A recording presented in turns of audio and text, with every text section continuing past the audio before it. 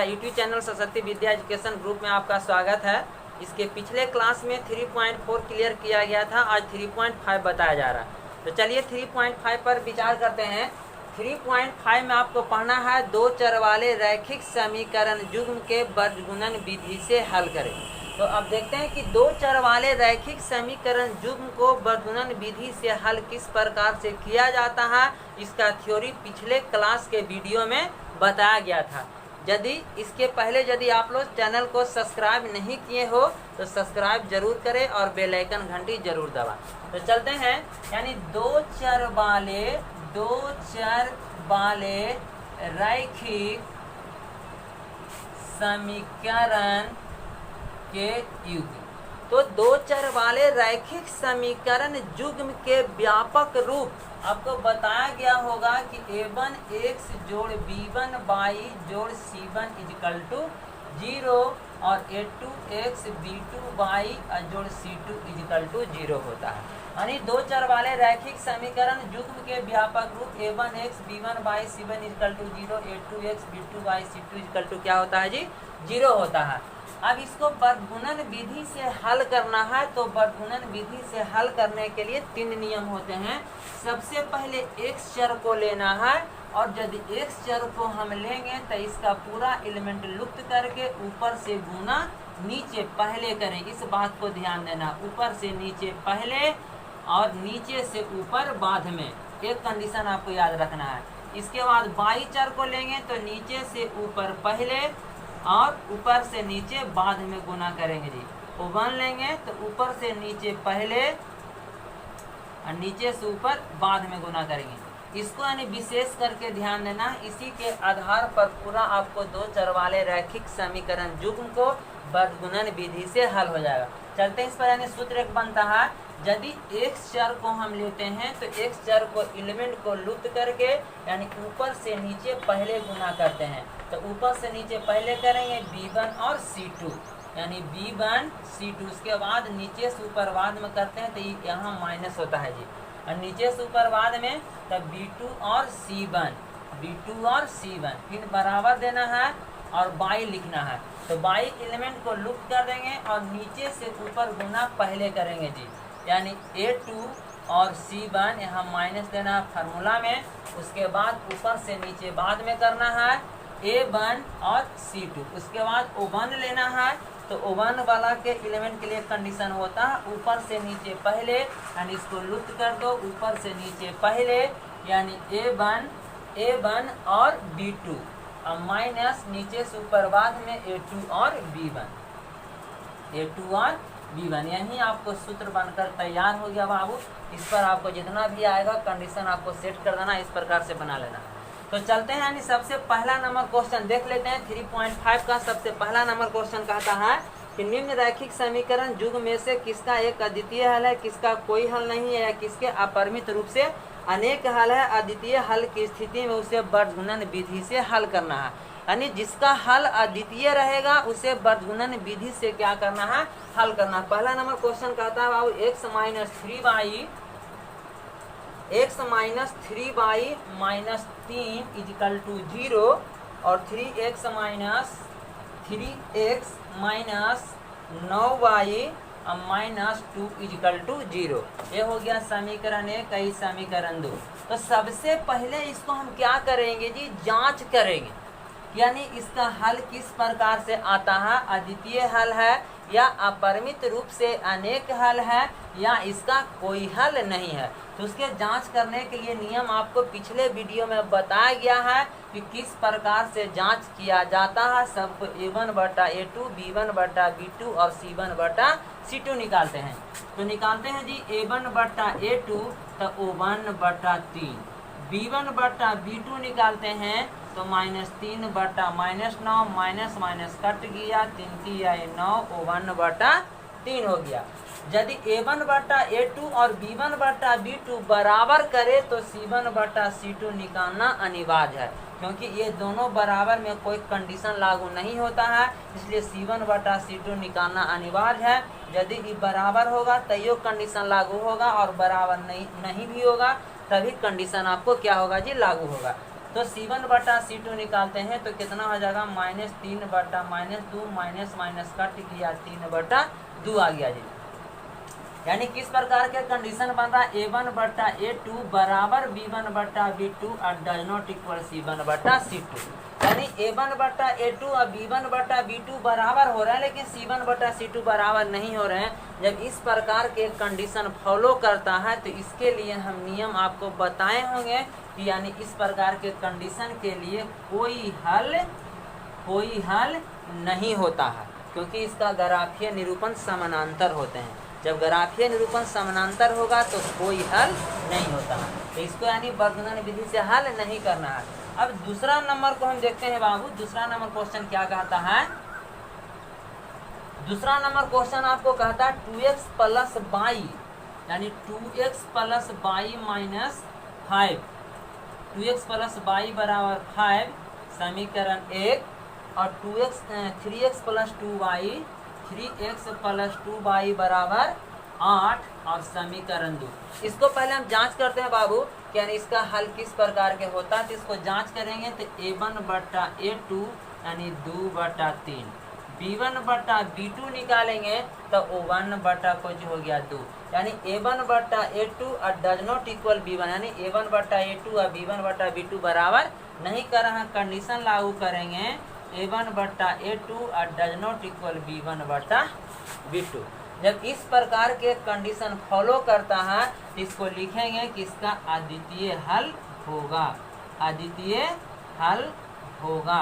जब अद्वितीय हल होगा तो इसे वर्गुणन विधि से क्या करना है जी, हल करना है।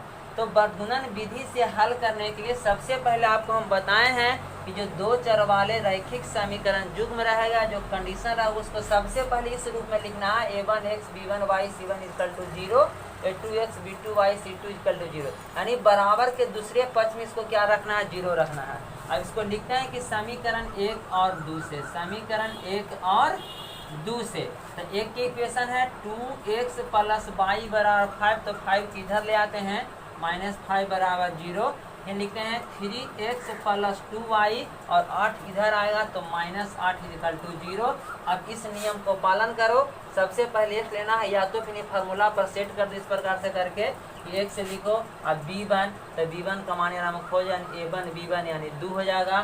फिर C2, तो C2 का मान क्या होगा, A1 B1 नहीं A2 B2 C2, यानी C2 यहाँ लिखेंगे। यानी इस पर आपको और भारी पड़ेगा जी, इसलिए इस कंडीशन को लागू करो और डायरेक्ट गुना करके बना लो।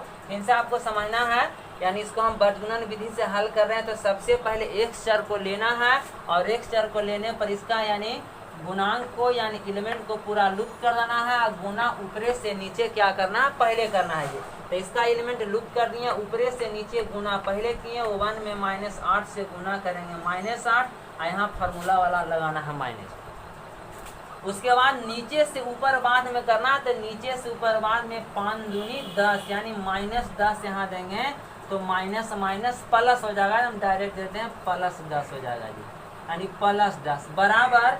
फिर बाई लेंगे तो बाई एलिमेंट को हम लुप्त कर देंगे और नीचे से ऊपर गुना पहले करेंगे। यहाँ देखना है कि बाई एलिमेंट को नीचे से ऊपरे गुना क्या करते हैं, पहले करते हैं। यानी बाई को लुप्त करने के बाद नीचे से ऊपर गुना पहले करेंगे तो 5 तिहाई 15 यानी -15 हो जाएगा। ये फार्मूला वाला माइनस देना है। उसके बाद ऊपर से नीचे बाद में करते हैं तो 8 दूनी 16 यानी -16 यहाँ देंगे तो माइनस माइनस +16 हो जाएगा जी।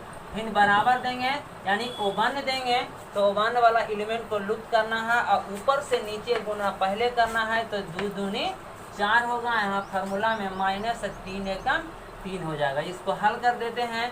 x बटा 10 में से 8 गया 2 और 22 बटा 16 में से 15 घटेगा 1 और 1 बटा 1, यानी एक बार इसको से इसको बराबर कर दो, इसको से इसको बराबर कर दो। x बटा 2 बराबर 1 बटा 1, तिरछा तिरछी गुना करेंगे x बराबर 2 आंसर हो गया। 22 बटा 1 बराबर 1 बटा 1, 22 बराबर 1।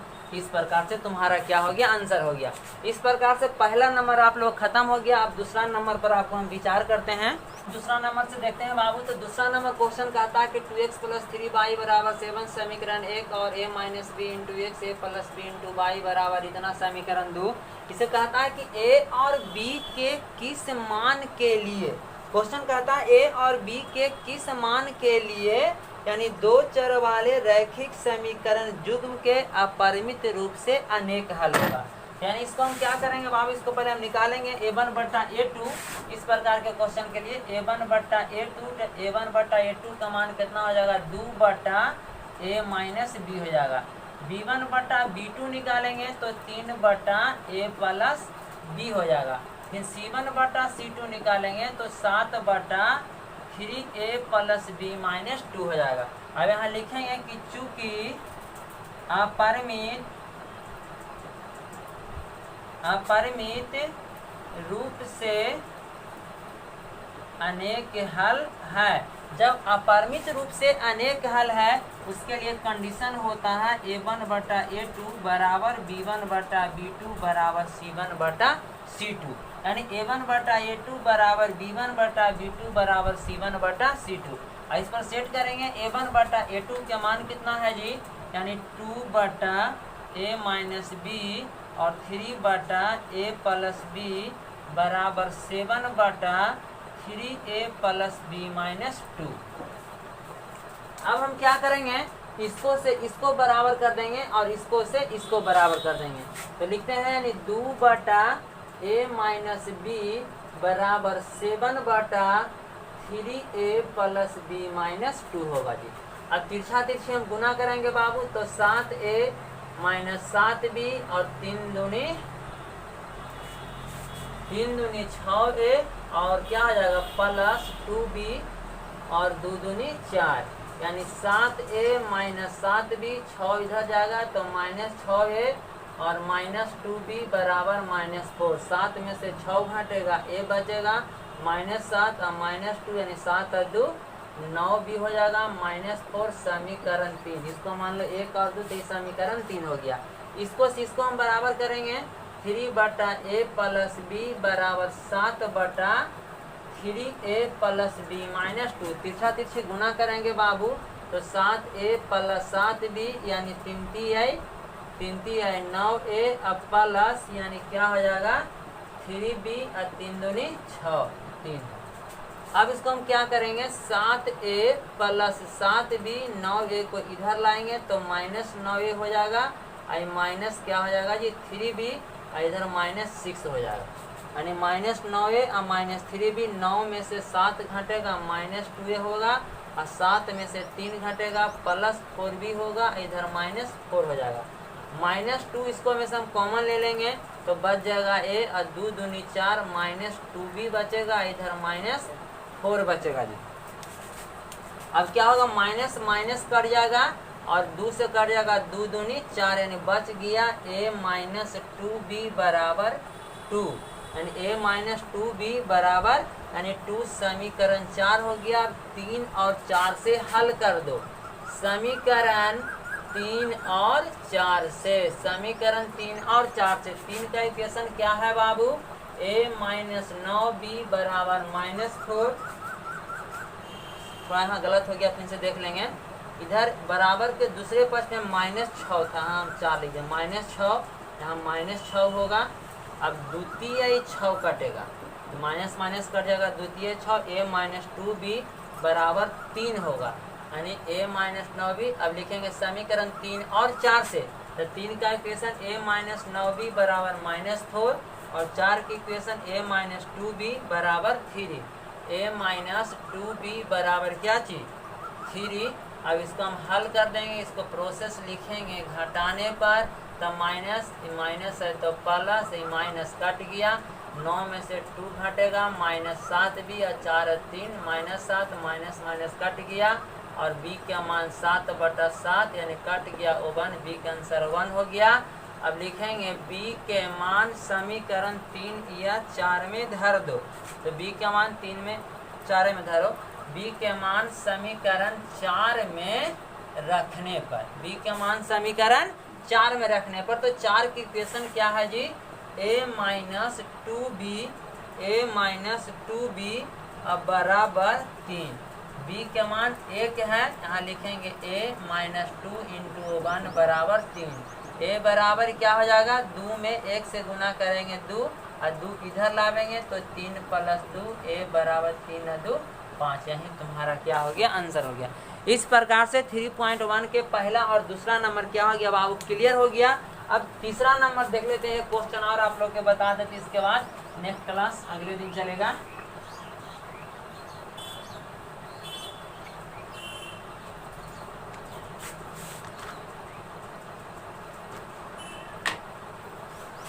देखते हैं तीसरा नंबर क्वेश्चन कहता है बाबू के किस मान के लिए निम्न रैखिक समीकरण युग्म का कोई हल नहीं होगा।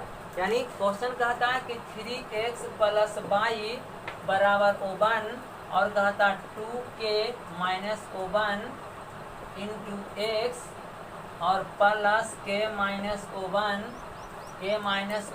इंटू y बराबर 2k और प्लस 1। अब इसको कहता है कि के किस मान के लिए निम्न रैखिक समीकरण युग्म का कोई हल नहीं होगा। इसके लिए भी उसी प्रकार से हम बनाएंगे, निकालेंगे a1 बटा a2 और कर भी खत्म हो गया बता a1 बटा a2 तो 3 बटा यानी 2k - 1 b1 बटा b2 निकालेंगे बाबू, तो b1 बटा b2 का आ जाएगा कितना 1 बटा k - 1 और c1 बटा c2 निकालेंगे तो 1 बटा 2k प्लस 1 यहाँ लिखेंगे।